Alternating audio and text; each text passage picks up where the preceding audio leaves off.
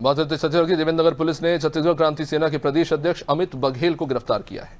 Baghel surrender करने थाने पहुंचे थे, लेकिन पुलिस ने उन्हें सरेंडर से केवल 10 मिनट पहले ही गिरफ्तार कर लिया। अब इसके बाद उनके समर्थकों की बड़ी संख्या थाने में आसपास भीड़ लग गई। इसके चलते सुरक्षा बढ़ा दी गई और बैरिकेडिंग करनी पड़ी। गिरफ्तारी के बाद रिमांड प्रक्रिया की तैयारी भी शुरू कर दी गई। अब आपको बता दें, बघेल पिछले 26 दिनों से फरार थे और इनके खिलाफ 12 राज्यों में एफआईआर है। वही शुक्रवार को उनकी मां का निधन हो गया और उनका शव पितरगांव पथरी ले जाया गया, जहां उनका अंतिम संस्कार होगा। बघेल इस अंतिम संस्कार में शामिल होने के लिए बेल के लिए आवेदन कर सकते हैं। अमित बघेल पर आपत्तिजनक बयान देने का मामला है। 27 अक्टूबर को हरियाणा छत्तीसगढ़ महतारी की मूर्ति तोड़ने और अग्रसेन महाराज व सिंधी समाज के इष्ट देवता झूलेलाल पर एक विवादित टिप्पणी की। उनके इस बयान के विरोध में प्रदेश और देश भर में अग्रवाल व सिंधी समाज ने प्रदर्शन किया।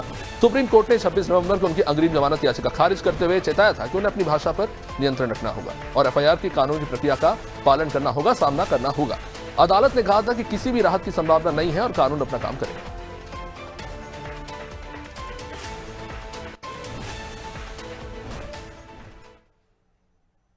तो कुलभूषण, हम अमित बघेल को एक क्लासिक केस के रूप में देख सकते हैं कि आप ये ना समझिए कि आप किसी क्रांति सेना या फिर किसी दल के नेता हैं और प्रमुख हैं तो आपको छूट मिल जाएगी कि आप कुछ भी बोलोगे और बोल के निकल जाओगे और बच जाओगे। हालांकि कह सकते हैं कि जमानत की जो याचिका सुप्रीम कोर्ट ने खारिज की और उसमें जो टिप्पणी की, ये कुछ वैसा ही है। अब अमित बघेल को सामना करना होगा पूरी कानूनी प्रक्रिया का।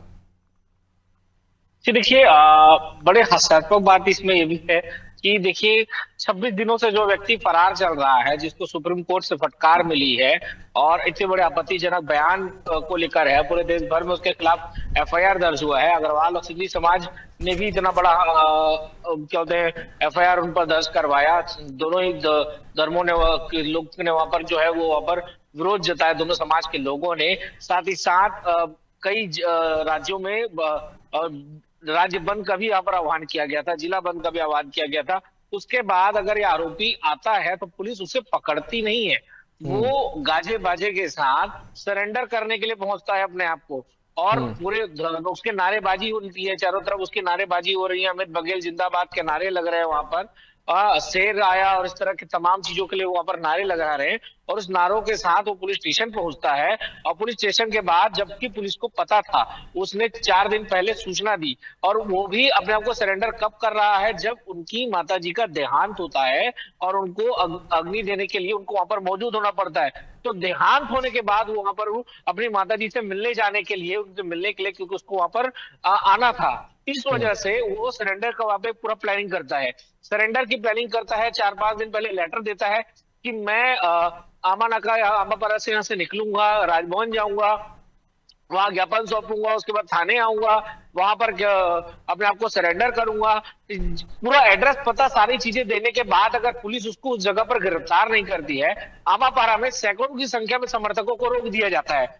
अमित बघेल वहां से निकलते हैं, देवेंद्र नगर में पुलिस उनका इंतजार करती है पूरे फोर्स के साथ, वो अपने समर्थकों के साथ वहां पहुंचते हैं, जय जयकार के नारे लग रहे हैं, वो अमित बघेल कार से उतरते हैं, पुलिस उनको पकड़ती है और वहां पर गिरफ्तारी शो करती है। तो मुझे समझ में नहीं आता ये गिरफ्तारी कहें या सरेंडर कहें या पुलिस की इतनी बड़ी लापरवाही कहें, कुछ ये तो समझ से परे है। लेकिन ये चीज साफ है कि एक छोटे से नेता को एक बड़ा नेता कैसे बनाया जाता है, ये चीज साफ हो चुकी है। और यकीनन तौर पर इसका जो असर है, अब चूंकि इनको कोर्ट पेश किया गया है, कोर्ट पेश करने के बाद वहां पर 3 दिन की उसको रिमांड वहां पर मिली है, जो सूचना में मिल रही है कि 3 दिनों की पुलिस रिमांड उनको वहां पर देने की बात चल रही है।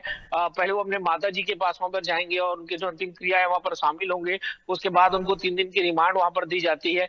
लेकिन जो पुलिस की जो कार्य प्रणाली यहाँ पर है, वो एक सवालिया निशान पैदा करती है कि निश्चित रूप से कुलभूषण, और ये गिरफ्तारी तो अपने आप में कह सकते हैं कि सवालों के घेरे में है ही, लेकिन किस तरह से घटिया शब्दों का इस्तेमाल किया जाता है किसी दूसरे समाज, वर्ग या धर्म के लोगों पर, ये एक अच्छा एग्जाम्पल है समझने के लिए। अगर आप ये सोचते हैं कि आप किसी को नीचा दिखा के खुद ऊपर उठ सकते हैं, तो आप बहुत बड़ी गलतफहमी में जी रहे हैं।